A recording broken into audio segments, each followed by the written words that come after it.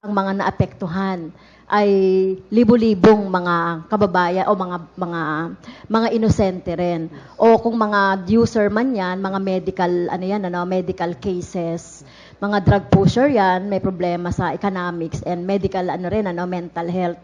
So, kung sinasabi niyo pong gera ito ng mga drug lords, so ibig sabihin, sinasabi niyo rin na si Duterte ay isang drug lord.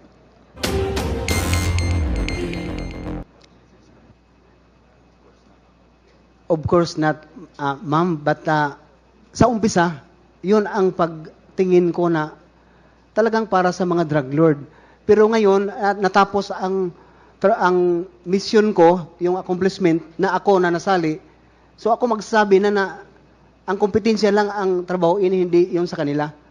Parang ganun lang, Your Honor. Yes, kompetensya ito ng mga drug lords, tama po ba? Yung war on drugs ni Duterte. Hindi para tapusin talaga yung yung droga, yung problema natin sa droga. Well, tumigil pa siya pansamantala, pero nagtuloy-tuloy pa rin. Ang problema talaga doon ay yung saan yung supply, saan yung mga distributors, at ang problema diyan talaga yung mga drug lords. So, sa mga nakaraan kasi, Colonel, may mga nag-testify din na talagang nagpapatunay na yung mga, kahit na yung mga Chinese drug lord ay ini-eliminate or ni-neutralize. No? Malamang dahil ito ay kakompetensya doon sa kasi kakompetensya doon sa trade ng drug. So, may nagsabi kasi si Arturo Las Cañas that Duterte is the lord of all drug lords in the southern Philippines. Naniniwala ba kayo dyan? Hindi, Your Honors, but I would like to tell you, Your Honors, na hindi naman sila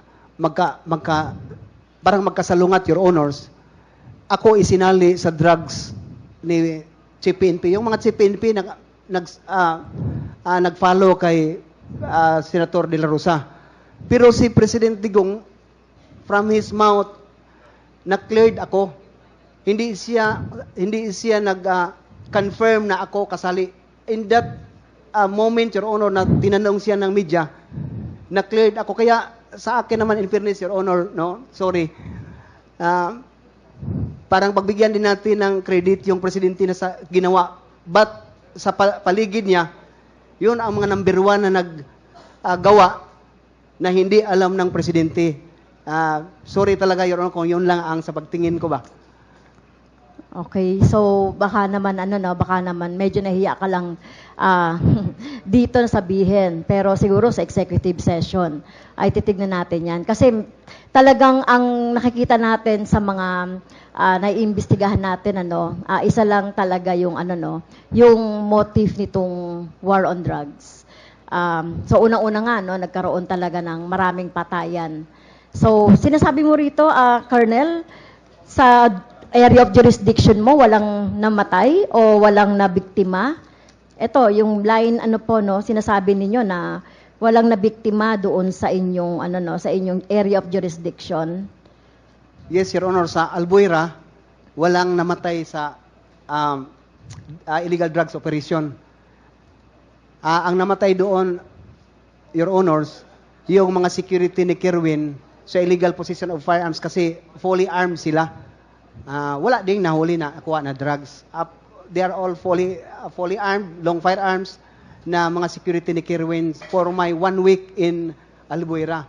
Pero sa drug operation, Your Honors, even in Bacolod, ni isa, Your Honors, na may patay sa possession of firearms or sa drugs na operation. So, sa area of jurisdiction nyo, that time, walang namatay Yes, Your na Honor. mga biktima? Yes, Your Honor. Yung, okay. Sigurado po kayo doon? Yes, Your Honor. Okay. Sinasabi nyo sa number 34 ng affidavit ninyo, you did your job faithfully at hindi kayo na-promote. I'm always in some derogatory list. So, mabigat yung sinabi nyo sa institusyon. PNP is the biggest crime group in this country. Paano nyo yun mapapatunayan? Mapatunayan ko, Your Honor, kasi ako ang biktima. Ako ang biktima. Bakit hindi ako magsabi? Ang kalaban ko, pulis lang. Samantala, Your Honors, kilala ko ang mga pulis, ang daming pulis din na faction na magsasabi sa akin na, Job, mag-resign ka, huwag kang magsyado magkumpiyansa kasi kalaban mo pulis lang. Kitang-kita, Your Honors, na si Kerwin Espinosa hindi binigay sa akin, so sa kanila yon si Kerwin Espinosa. Halatang halata na ang leader ng Paruhinog Group, si Nova Princess Paruhinog, at saka si Ardot Paruhinog, na leader ng bank robbery, highway robbery, may mga kaso sa Usamis, hindi ibinigay sa akin. Sana masulbad na yung problema, pero ang ginawa, hindi. Bakit, Your Honors? Yung nga tiningnan ko, sino ang kakampi ko? Anong gusto nila? Ma-eradicate talagang. Kaya ako, Your Honors, Sotilio, hindi ko gusto i-minimize ang drugs. Eradicate talaga, and it can make as a chief of police for the previous assignment, Gandara, 1 month, 2 months, ako, Your Honor, Totilio, nag-declare ang non-government organization na illegal free. Illegal free, hindi lang drug free.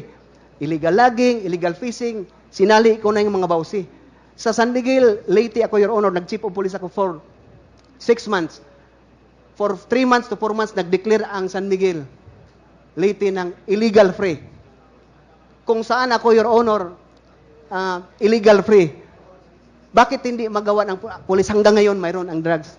So, ang ibig sabihin, to cut you short kasi maiksi na yung panahon, Colonel. So, ang ibig sabihin, sinasabi nyo na kayo-kayo yung nag-aaway doon sa drug trade, ang mga PNP. Tama ba? It may be, Your Honors. So, yung mga drug lords na hindi naman PNP ay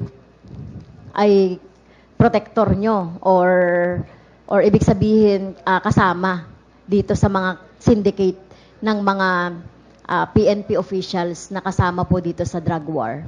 It may be, Your Honors. Okay. So siguro, Mr. Chair, yung mga pangalan, doon na lang sa executive session na lang natin. Thank you, Mr. Chair.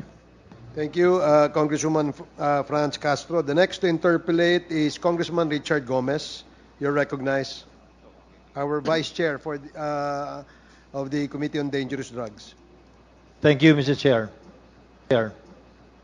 Mr. Chair, my inquiry today will be based on the documents submitted by Lieutenant Colonel Jovis Penido. This was submitted to this committee. Now, if ever there are sensitive questions that would incriminate him, maybe I can ask when we get into executive session, Mr. Chair. Good afternoon, Lieutenant Colonel Penido. Good afternoon, sir. Meron ho ba kayong copy ng affidavit na binigay niyo sa amin? Yes, Your Honors. Can you please take a look at the first page, number 4. Pakibasa niyo nga ho sa akin yung second sentence niyo on your assignment sa Albuera. Number 4. I was supposedly the only one capable of disbanding the Kerwin Espinosa drug groups operating from that area. Okay. And then sa number 5, Lieutenant Colonel Espinido, pakibasa nyo nga rin po yung first sentence nung number 5. Soon after, I received a formal order from Camp Crami assigning me as Chief of Police, COP of Albuera, Your Honors. Yung next sentence, in my 18 days, In my 18 days as Albuera COP, I was able to disband the group of Kerwin Espinosa, alias Kerwin's father, Mayor Rolando Espinosa, then Mayor of Albuera, surrendered to me, okay. Your Honors. Thank you. Lieutenant Colonel Espinido, alam niyo ho ba kung nasaan si Kerwin Espinosa ngayon? Nandiyan na sa Albuera, Your Honors. Alam niyo ho ba kung na-disband na yung grupo niya? Hindi, Your Honors. Hindi pa na-disband yung grupo niya. Sa ngayon, Your Honors. So, ang buong paniwala ninyo is nag-ooperate pa rin siya? Yes, Your Honors. Okay. Sa number 10, on page 2, pakibasa nyo nga, Colonel Espinido, yung number 10, first sentence. Mayor Espinosa had a list of police generals and other PNP officials who received money from their group as indicated in the ledger and in the copies of cleared checks that we were able to recover from their accountant. Your Honor. Thank you. Mr. Chair, because it will be very sensitive for us for Colonel Espinido to divulge the names right now. Maybe during executive session, we can ask the question and Colonel Espinido can give us the details on this. Okay yan, Colonel Espinido? Yes, sir. Okay. Yes, Your Honor. Now, Thank I you. will go to page 3. Number 16. Colonel Espinido, pakibasa nyo nga ho yung second sentence ninyo.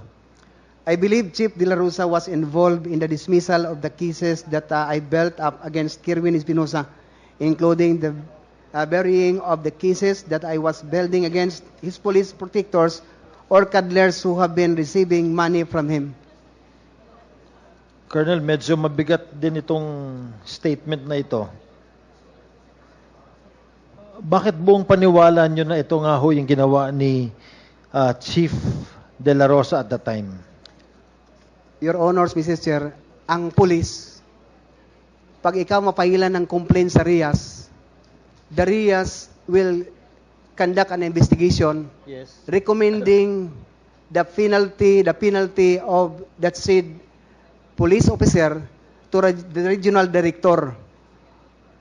If the police involved make an appeal, it will go to NAB, National, then the Chief PNP will now decide if go or no go ang penalty na dismissal from the service sa mga na-involved na police.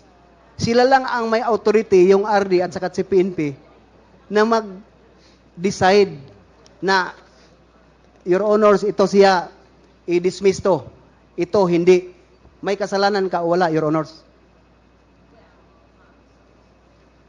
Colonel Espinido, punta ho tayo sa page 6, doon sa affidavit ninyo.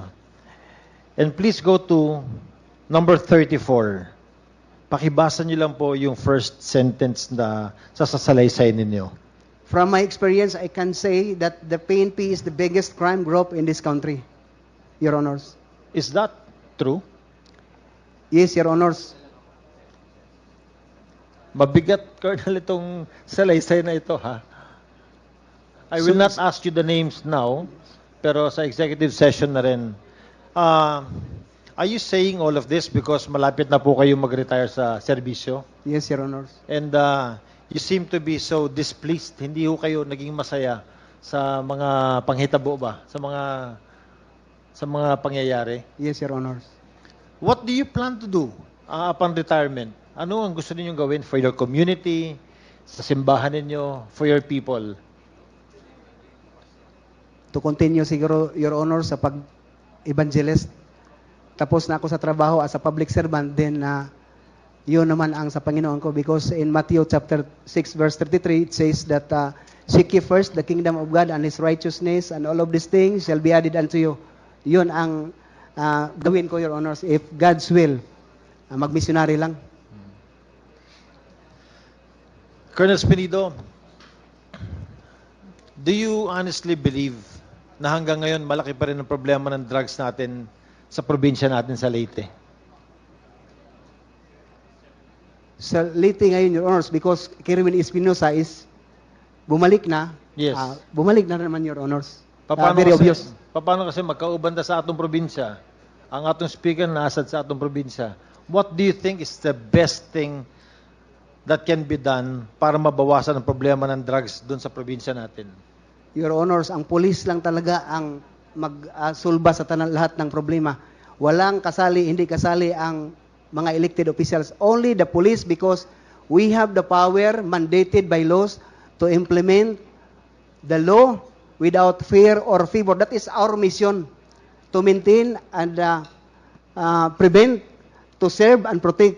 Yun lang sana, Your Honors, ang police.